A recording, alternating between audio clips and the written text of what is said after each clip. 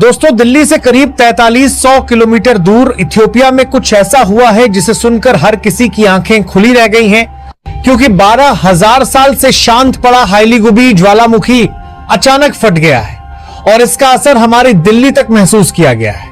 ऐसा बहुत कम होता है कि दुनिया के किसी दूरदराज इलाके में हुई प्राकृतिक घटना सीधे भारत तक अपना असर पहुंचा दे, लेकिन इसमें बार अफ्रीका के अफार इलाके में हुए वोल्केनिक इरप्शन ने पूरे उत्तरी भारत को चौकन्ना कर दिया है।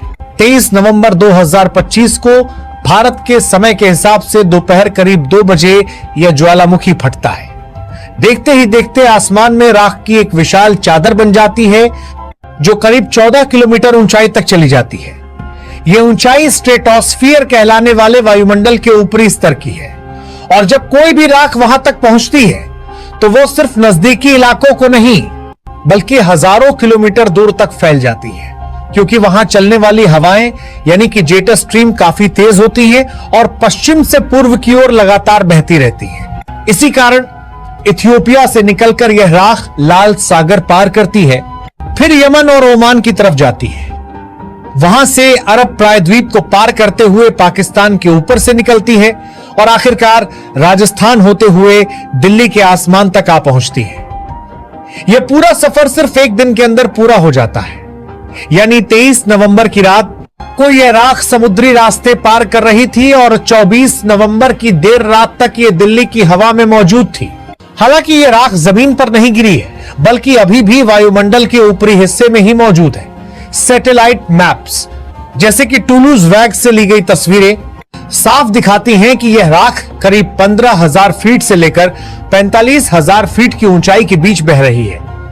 अगर हवाएं शांत होती तो यह राख सिर्फ 50 से 100 किलोमीटर के दायरे में गिर जाती, लेकिन जेट स्ट्रीम की वजह से इसने हजारों किलोमीटर का सफर तय किया। वहीं दूसरी तरफ वैज्ञानिक बताते हैं कि इस विस्फोट की तीव्रता इतनी ज्यादा इसलिए रही क्योंकि ज्वालामुखी के नीचे मैग्मा का दबाव अचानक बढ़ गया था। पूर्वी अफ्रीकी रिफ्ट वैली एक ऐसा इलाका है जहां धरती की प्लेटें लगातार अलग हो रही हैं और जब प्लेटें अलग होती हैं तो नीचे से मैग्मा उठता है। इस बार भी कुछ ऐसा ही हुआ है। ज्वालामुखी फटने से कुछ घंटे पहले वहां 4.7 तीव्रता का हल्का भूकंप आया था, जो इस बात का संकेत था कि धरती के नीचे कुछ बड़ा होने वाला है। वैज्ञानिक मान रहे हैं कि ज्वालामुखी के नीचे करीब 50 किलोमीटर लंबी मैग्मा की एक दीवार, जिसे मैग्मा डैम भी कहा जाता है, वह टूट गई थी और जैसे ही यह टूटा पूरा दबाव ऊपर की ओर निकल गया और हाइलीगुबी ज्वालामुखी हजारों साल बाद भारी मात्रा में राख और गैस उगलने लगा। यह ज्वालामुखी एक शील्ड वोल्केनो है, जिसका मतलब यह है कि चौड़े क्षेत्र में फैला हुआ होता है और इससे लावा दूर दूर तक फैल सकता है। इथियोपिया का अफार इलाका वैसे भी दुनिया के सबसे गर्म इलाकों में गिना जाता है।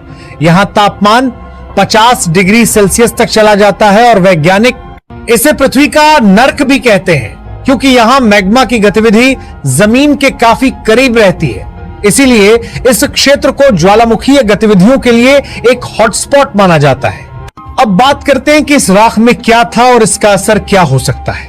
दोस्तों, सैटेलाइट डेटा के मुताबिक इस राख में सल्फर डाइऑक्साइड यानी SO2 गैस की मात्रा काफी ज्यादा है।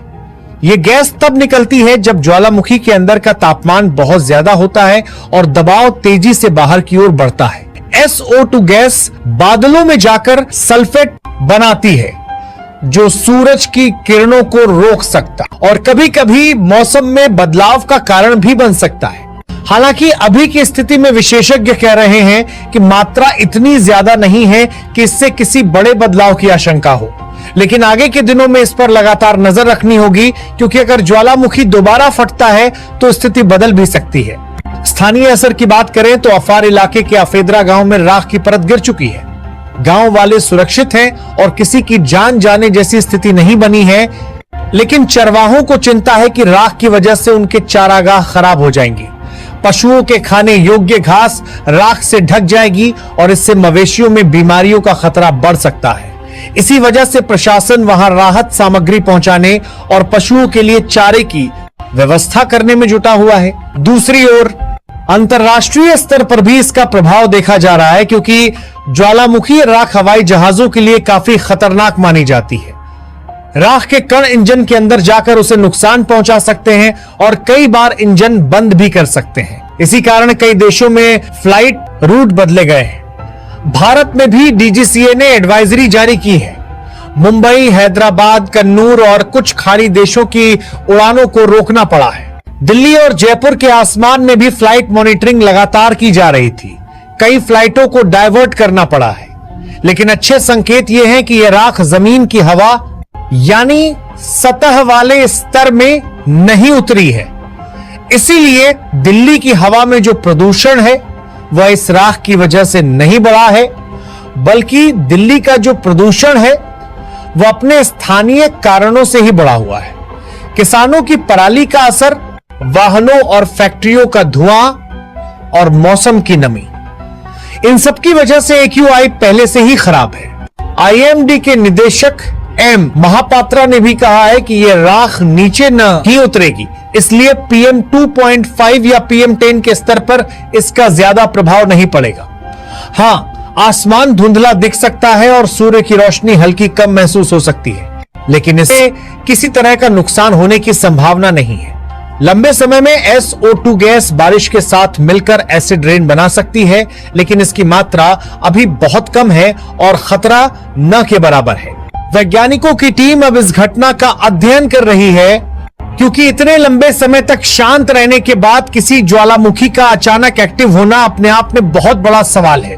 हालांकि अभी यह कहना मुश्किल है कि यह ज्वालामुखी आने वाले दिनों में दोबारा फटेगा या शांत हो जाएगा, पर वैज्ञानिक इस बात से इनकार नहीं कर रहे कि आगे और भी गतिविधियां हो सकती हैं, क्योंकि सल्फर डाइऑक्साइड की मात्रा लगातार मॉनिटर की जा रही है और SO2 गैस तभी ज्यादा निकलती है जब मैग्मा की हरकतें तेज होती हैं, जिससे यह अंदाजा लगाया जा सकता है कि अभी धरती के अंदर कुछ और भी चल रहा होगा।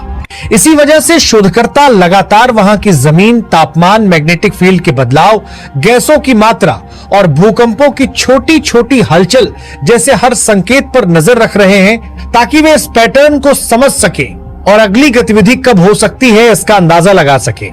आने वाले दिनों में वैज्ञानिक ये भी देख रहे हैं कि क्या ये विस्फोट अफ्रीकी महाद्वीप के भूगोल पर कोई प्रभाव डालेगा या नहीं, क्योंकि रिफ्ट वैली लगातार फैल रही है और कई लाखों सालों बाद ऐसा हो सकता है कि अफ्रीका का यह हिस्सा बाकी महाद्वीप से अलग होकर एक नया भूभाग बनाते हैं। हालांकि यह प्रक्रिया बहुत धीमी होती है और इसे पूरा होने में करोड़ों साल लगते हैं, लेकिन हाइलीगुबी जैसे ज्वालामुखी इसी प्रक्रिया के बीच के संकेत होते हैं और ये दिखाते हैं कि धरती के अंदर कितनी बड़ी उथल पुथल चल रही है। दोस्तों, इस पूरी घटना ने दुनिया भर के वैज्ञानिकों को एक बार फिर याद दिलाया है कि धरती अभी भी पूरी तरह शांत नहीं है। उसके अंदर लगातार हरकतें होती रहती हैं और कभी भी कहीं भी कोई अचानक घटना हो सकती है। इसीलिए वैज्ञानिक हाइलीगुबी को आने वाले वक्त में रिसर्च के लिए बहुत महत्वपूर्ण मान रहे हैं। फिलहाल राहत की बात यह है कि ज्वालामुखी के आसपास रहने वाले लोग सुरक्षित हैं और भारत जैसे देशों में यह राख जमीन तक नहीं पहुंच रही है, इसलिए किसी तरह का खतरा नहीं है।